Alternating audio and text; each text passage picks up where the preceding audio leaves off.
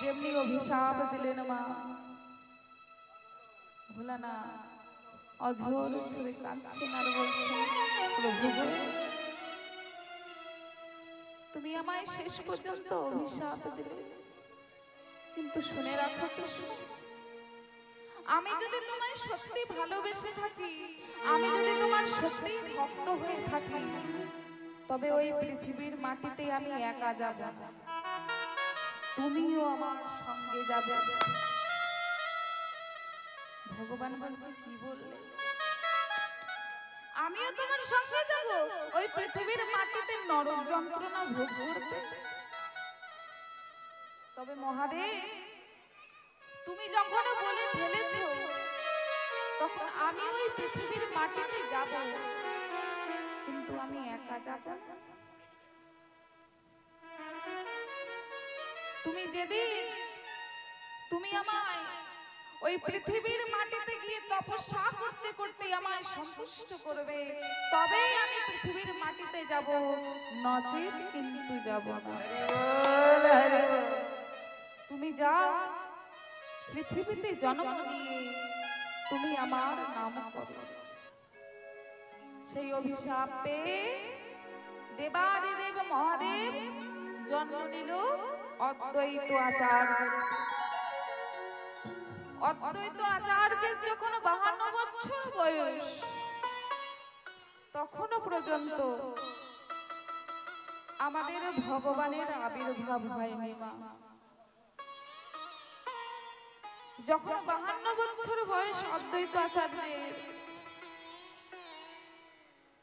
তখন প্রতিদিন গঙ্গায় দাঁড়িয়ে এক গন্ডুষ গঙ্গার জল তিল তুলসী নিয়ে সেই শ্রীহরি নারায়ণকে ডাকছে। 52 বছর পর্যন্ত ডাকতে ডাকতে সন্তুষ্ট হলেন ভগবান। 52 বছর ডাকার পর আমাদের এই পৃথিবীর মাটিতে অবতীর্ণ হলেন শ্রীকৃষ্ণ চৈতন্য মহাপ্রভু। আবির্ভাব হলেন, হবার পর তিনি 48 বছর পর্যন্ত লীলা করলেন। 48 বছর পর আবার তিনি লীলা ত্যাগ করে চলে গেলেন। তখন অদ্বৈত আচার্যের 100 বছর বয়স, আরো 25 বছর তিনি বেঁচে ছিলেন। অদ্বৈত আচার্যের জীবন হলো 125 বছর। যখন মহাপ্রভু পৃথিবীর মাটি ত্যাগ করে চলে গেলেন, তখন অদ্বৈত আচার্যের বয়স 100 বছর। ভগবানকে কাঁদতে কাঁদতে বলছেন, ভগবান তুমি 52 বছর ডাকার পর তুমি আবার এলে, আবার এসে আমায় ছেড়ে চলেও গেলে প্রভু। তবে প্রভু তুমি আমায় কৃপা করো, যাতে পরজন্মে আর 52 বছর নয়, মাত্র 5 বছর বয়সেই যেন তোমার কৃপা পায়। এবার সেই অদ্বৈত আচার্য পরজন্মে জন্ম নিলেন কোথায় না, ধারেন্দা বাহাদুরপুর গ্রামে, মেদিনীপুর জেলার ধারেন্দা বাহাদুরপুর গ্রামে, ছোট্ট গ্রামে কৃষ্ণ মণ্ডল ও দুরিকার গৃহে এলেন। কৃষ্ণ মণ্ডল ও দুরিকা দেবী অতি দুঃখের সংসার। তাদের বাড়িতে দুটি অভাব, একটা হলো অর্থের অভাব, আরেকটা হলো সন্তানের অভাব। ওমা, যদি বাড়িতে খাবার না থাকে আপনি পাশের বাড়িতে চেয়ে খেতে পারবেন, কিন্তু বাড়িতে যদি কোনো সন্তান না থাকে, পাশের বাড়ির সন্তানকে আদর করে কোলে তুলেও সেই সন্তানের অভাবটা কিন্তু পূরণ হয় না। তাই একদিন দুরিকা অঝোর ঝরে কাঁদছে আর ভগবানকে বলছেন, প্রভু গো, আমি শুনেছি তুমি দয়াময়, তুমি করুণাময়, তবে প্রভু গো, একবারটি আমাদের সংসারের দিকেও মুখ তুলে চাও। প্রভু যদি তুমি ভগবান ভক্তেরি প্রাণ, তবে কেন দুঃখ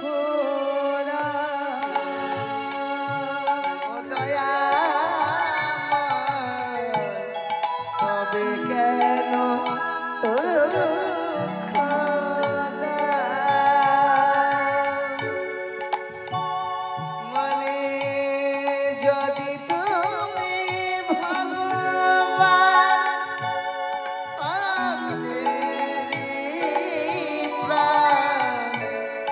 তবে কেন ও দয়াময়, তবে কেন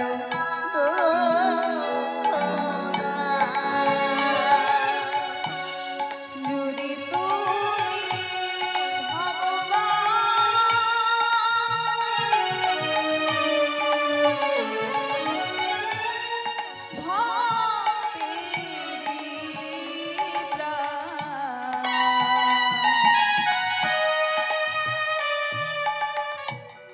তবে কেন দুঃখ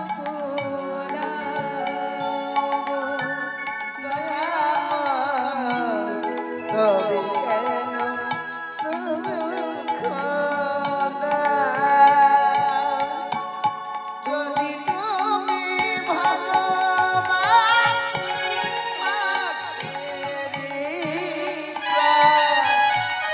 তবে কেন দুঃখ ও দয়াময়, তবে কেন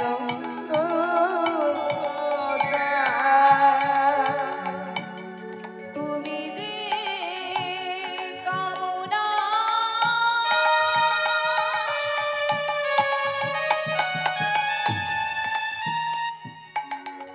ওগো তুমি যে ভাবনা,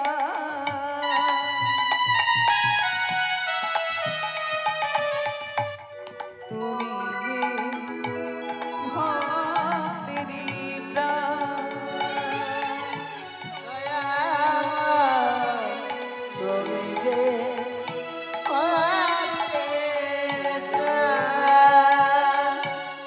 তুমি যে কামনা, তুমি যে বাসনা, তুমি যে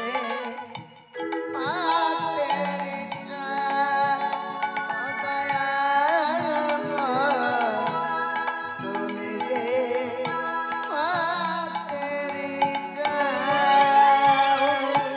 যদি তুমি ভগবান ভক্তেরি প্রাণ, তবে কেন দুঃখ দাও গো দয়াময়, তবে কেন দুঃখ দাও। যদি তুমি ভগবান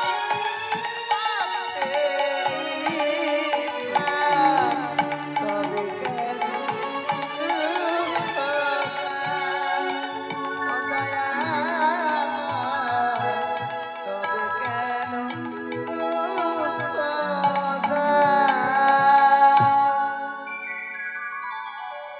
দুর্গার কান্না দেখে কৃষ্ণ মণ্ডল এসে বলছিল, দুর্গা তুমি কাঁদছো কেন দুর্গা? ওগো স্বামী গো, তুমি তো সবকিছুই জানো, বাড়িতে একটা সন্তান পর্যন্ত নেই, আমি কাঁদবো না তো আর কি করবো? কিন্তু স্বামী গো,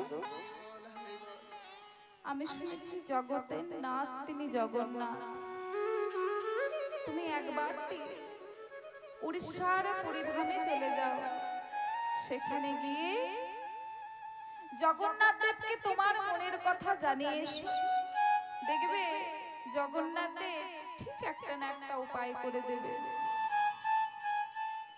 এই কথা শুনে দুরিকার কথা মতো কৃষ্ণমণ্ডল ওই মেদিনীপুর থেকে হাঁটতে হাঁটতে চলে গেলেন উড়িষ্যার পুরীধামে। পুরীধামে এসে জগন্নাথ বলভদ্র সুভদ্রার মন্দির দ্বারে এসে দাঁড়ালেন। দাঁড়িয়ে জগন্নাথের বিগ্রহ দর্শন করে বলছেন, প্রভু আমি জানি তোমার বহু ভক্ত আছে, তারা তোমার জন্য কত কিছু না নিয়ে আসে, কিন্তু প্রভু আমি তো গরিব, আমি ভিখারি, তাই আমি তোমার জন্য কিছু আনতে পারি না। কিন্তু প্রভু আমি গরিব বলে, আমি ভিখারি বলে যেন তুমি আমায় তোমার কৃপা থেকে বঞ্চিত করো না দয়াময়। তোমার কৃপা থেকে যেন আমায় বঞ্চিত করো না। ওগো মাধব হে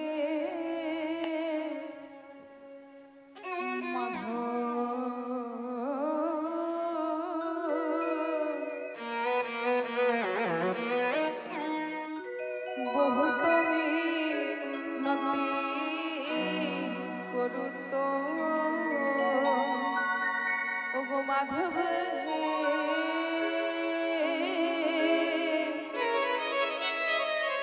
মাধব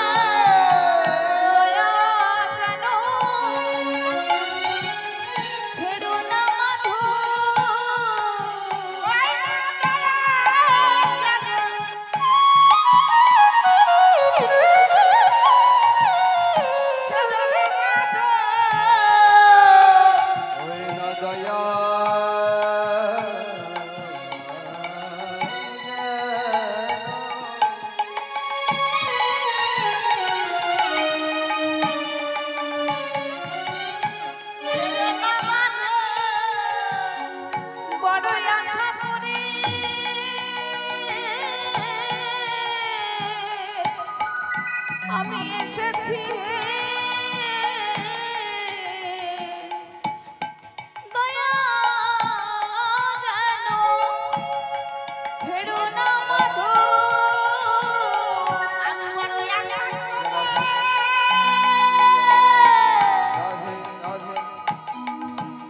এসেছি বলি তোমার কৃপা পাবো বলে আশা করে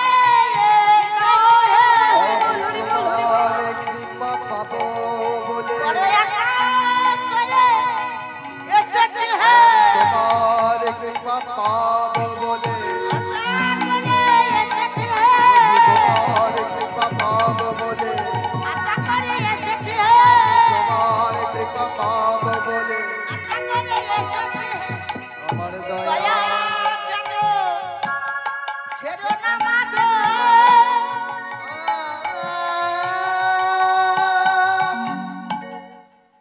জগন্নাথ দেবকে বললেন প্রভু গো, তুমি তো সবই জানো, বাড়িতে একটা সন্তান প্রযুক্ত নেই। প্রভু গো, তুমি আমায় এমন একটা সন্তান দাও যে তোমার নাম গাইবে, তোমার নাম শুনবে, এমন একটা কৃষ্ণ ভক্ত সন্তান দাও। জগন্নাথ দেবের কাছে আঁচল পেতে চাইলে একটা কৃষ্ণ ভক্ত সন্তান। প্রভু গো, সে সন্তান আমি তোমার চরণে দান করব। জগন্নাথ দেবকে কথা জানিয়ে বাড়ি ফিরে চলে এলেন কৃষ্ণ।